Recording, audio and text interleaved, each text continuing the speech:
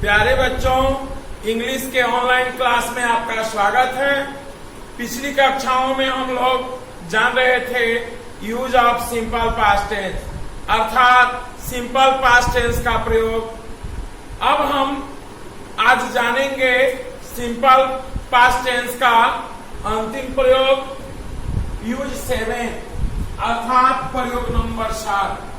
यह है हमारा यूज 7, प्रयोग नंबर 7।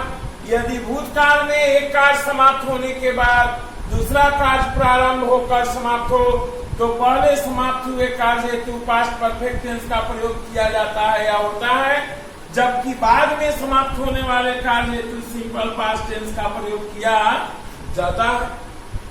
आइए अब हम इसको उदाहरण के द्वारा, एग्जाम्पल के द्वारा समझेंगे। एज में देखिए,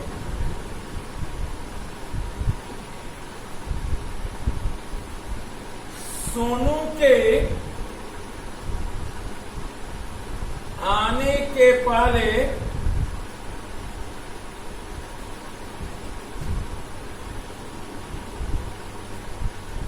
मोनू क्रिकेट खेल चुका था। देखेंगे इसमें दो टेंस का सम्मिश्रण है।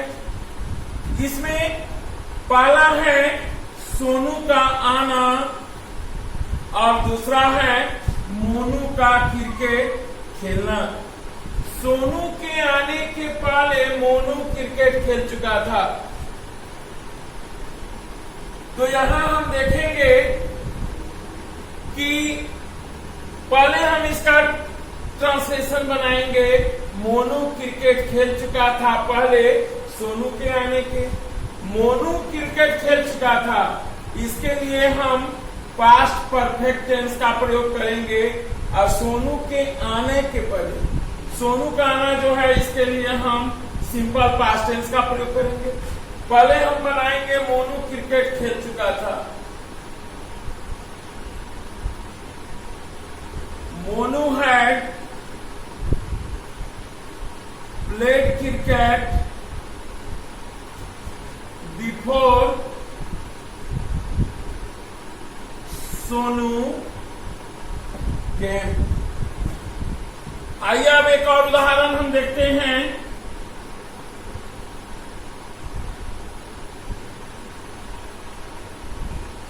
डॉक्टर के आने के पहले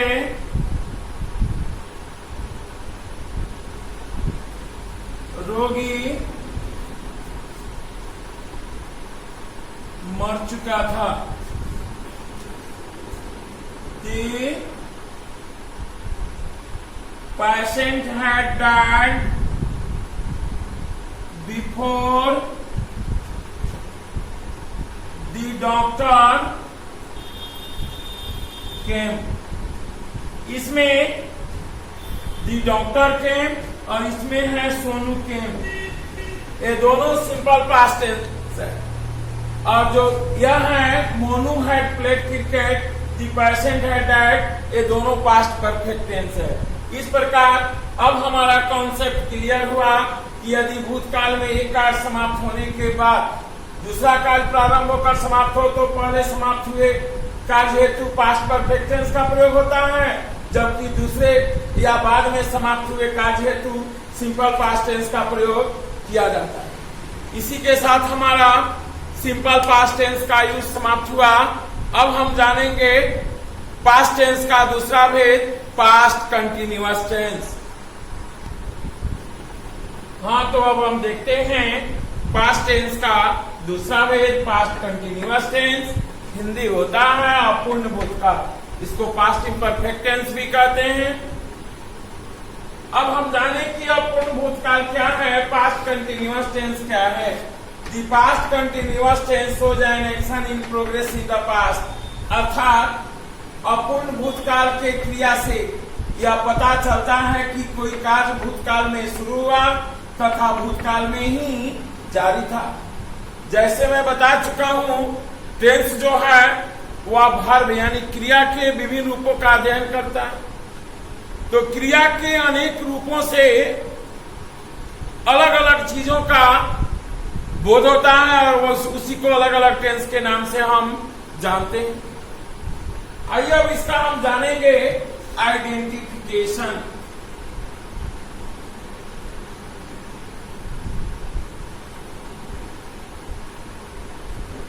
अर्थात पहचान।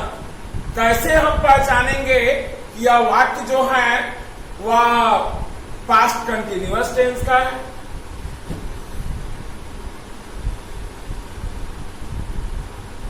जिस हिंदी क्रिया के अंत में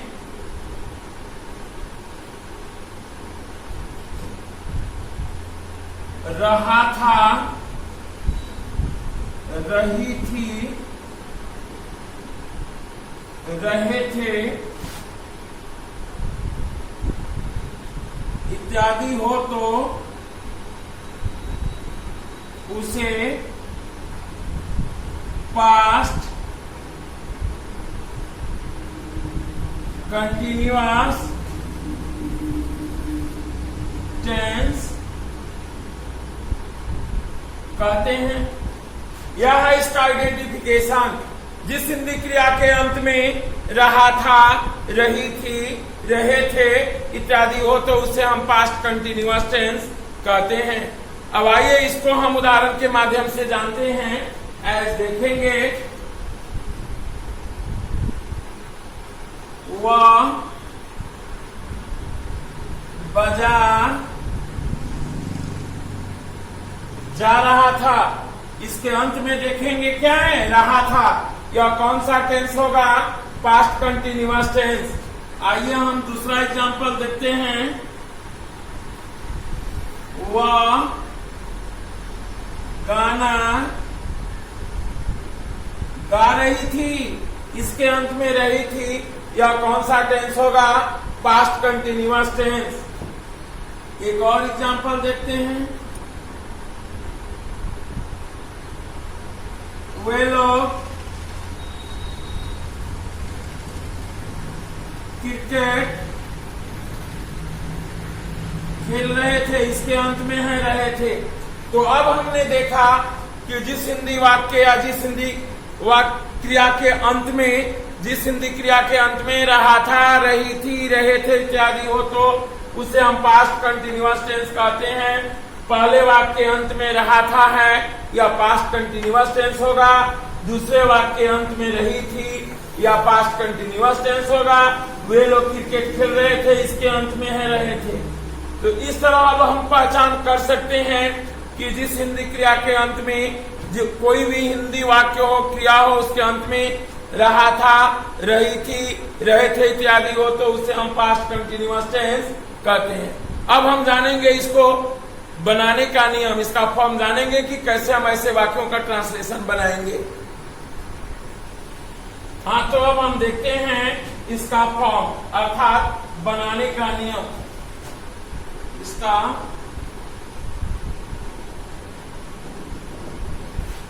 यानी पास्ट कंटिन्यूअस टेंस के वाक्यों को हम कैसे बनाएंगे। सबसे पहले हमारा होगा सब्जेक्ट, उसके बाद ऑक्सिलियरी वर्ब वाज या वेयर, फिर वर्ब का चौथा रूप अदर वर्ड, फुल स्टॉप। हमारे साथ एक प्रॉब्लम क्रिएट होता है, एक समस्या आती है कि हम वाज और वेयर का प्रयोग कहाँ करेंगे। दूसरी समस्या बिफोर, जैसे मैं पूर्व कक्षाओं में बता चुका हूँ कि मूल क्रिया में आईएनजी जोड़ने से वर्ब का चौथा रूप बनता है। आइए अब यहाँ हम देखते हैं। फर्स्ट पर्सन सिंगुलर अर्थात आई के साथ was, first person plural we, second person you, third person plural they, और बहुवचन अर्थात प्लूरल के साथ हम वेयर का प्रयोग करते हैं। जबकि ही, सी, इट थर्ड पर्सन सिंगुलर एक वचन के साथ हम वाज का प्रयोग करते हैं। दूसरा मैं बिफोर के बारे में बता दिया कि V1 plus ING equal to before, अर्थात मूल क्रिया में आईएनजी जोड़ने से वर्ब का चौथा रूप बनता है। जैसे पढ़ना का हुआ रीड, V1 हो गया, उसमें हम आईएनजी जोड़ेंगे, रीडिंग हो जाएगा V4, प्ले का प्लेइंग, कम का कमिंग, लाभ का लाफिंग, टीच का टीचिंग, इस तरह हम चौथा रूप बना सकते हैं। आइए अब हम एग्जाम्पल देखते हैं।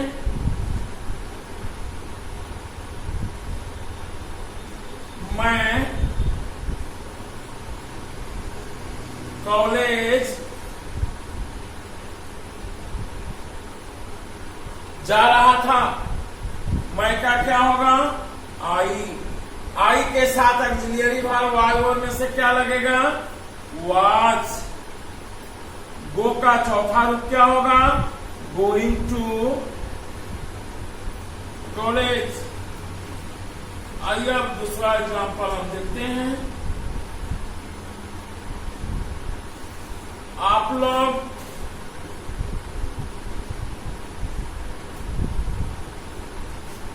अंग्रेजी बोल रहे थे।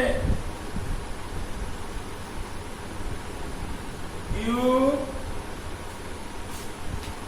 Learn speaking. इस तरह हम बहुत सारे उदाहरण को बना सकते हैं। इसके बाद अब जितना भी कोई भी सेंटेंस है जिसके अंत में रहा था, रही थी, रहे थे, उसका अनुवाद हम इसी स्ट्रक्चर के आधार पर, इसी संरचना बनावट के आधार पर हम उन वाक्यों का ट्रांसलेशन बना सकते हैं जिसके क्रिया के अंत में रहा था, रही थी, रहे थे इत्यादि हो। अब हम जानेंगे इसका निगेटिव फॉर्म अर्थात नकारात्मक वाक्य में बनाने का नियम। हाँ, तो अब देखते हैं हम sentence pattern for the negative sentence अर्थात पास्ट कंटिन्यूअस टेंस के वाक्यों को निगेटिव सेंटेंस नकारात्मक वाक्य में बनाने का नियम। यह हमारा sentence pattern for the negative sentence. सबसे पहले नकारात्मक वाक्य में बनाने के लिए सबसे पहले हम सब्जेक्ट लिखेंगे, उसके बाद वाज या वर्ब लिखेंगे, उसके बाद नॉट लिखेंगे, वर्ब का चौथा रूप अदर वर्ड और फुल स्टॉप। अभी मैं आपको बताया था कि वाज कहाँ लगेगा और वेयर कहाँ लगेगा, फिर इसको अभी बताने की जरूरत आवश्यकता नहीं है। आइए अब हम इसको एग्जाम्पल के माध्यम से देखते हैं।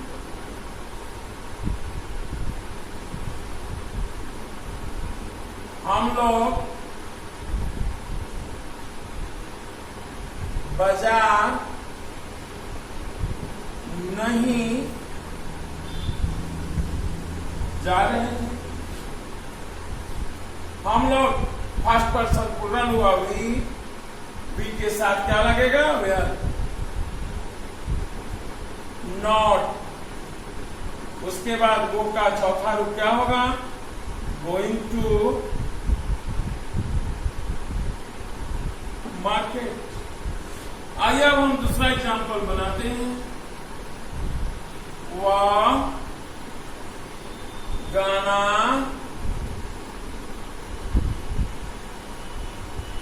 नहीं, वह गाना नहीं गा रही थी। क्या होगा? She was not singing a song.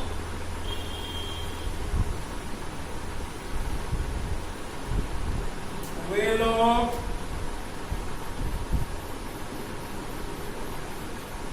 अंग्रेजी में बातें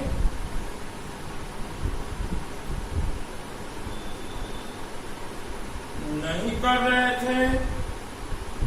दे और नॉट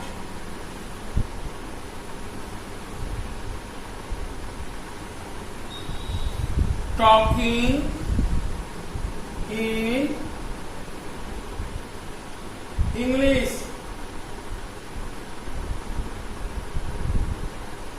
आइए चौथा एग्जांपल देखते हैं। सानिया टेनिस नहीं खेल रही थी। Sania was not playing. अब हम अफर्मेटिव और निगेटिव दोनों सेंटेंस में हम वाक्य को बना सकते हैं। हमारा अफर्मेटिव सेंटेंस फॉर्म क्या था? Subject was were before other word. जैसे मैं बाजार जा रहा था, उसका निगेटिव फॉर्म हुआ मैं बाजार नहीं जा रहा था। अब प्रत्येक वाक्य को हम दो तरह से बना सकते हैं। आइए अब हम इसका देखते हैं इंट्रोगेटिव फॉर्म अर्थात sentence pattern for the interrogative sentence. हाँ, तो अब हम देखते हैं sentence pattern for the interrogative sentence अर्थात पास्ट कंटिन्यूअस टेंस के वाक्यों को प्रश्नसूचक वाक्य में बनाने का नियम। सबसे पहले हम ऑक्सिलियरी वर्ब को लाएंगे। सबसे पहले आएगा वाज या वेयर, उसके बाद सब्जेक्ट, फिर बिफोर अर्थात वर्ब का चौथा रूप, अदर वर्ड और इंट्रोगेशन। आइए फिर हम अपने डाउट को देखते हैं। जिस सब्जेक्ट के साथ जो ऑक्सिलियरी वर्ब लगता है उसको हम पहले कर देंगे।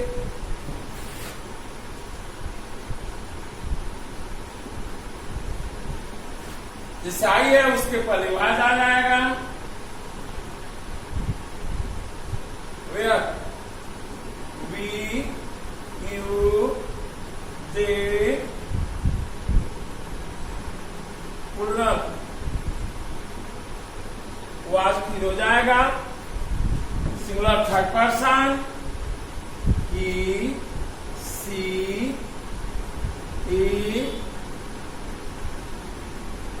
सिंगुलर। आइए अब हम एग्जाम्पल देखते हैं। क्या मैं अंग्रेजी पढ़ा रहा था?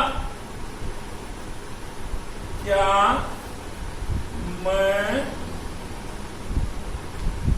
अंग्रेजी पढ़ा रहा था?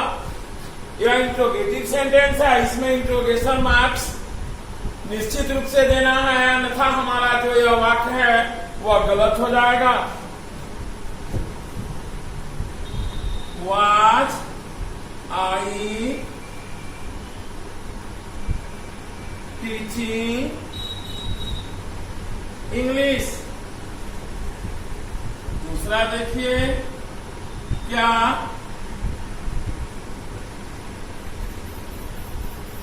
आप लोग विद्यालय जा रहे थे? Were you going to school. अब एक वाक्य को हम तीन तरह से बना सकते हैं, अफर्मेटिव, निगेटिव, इंट्रोगेटिव। अब आप खुद इसका अभ्यास करेंगे।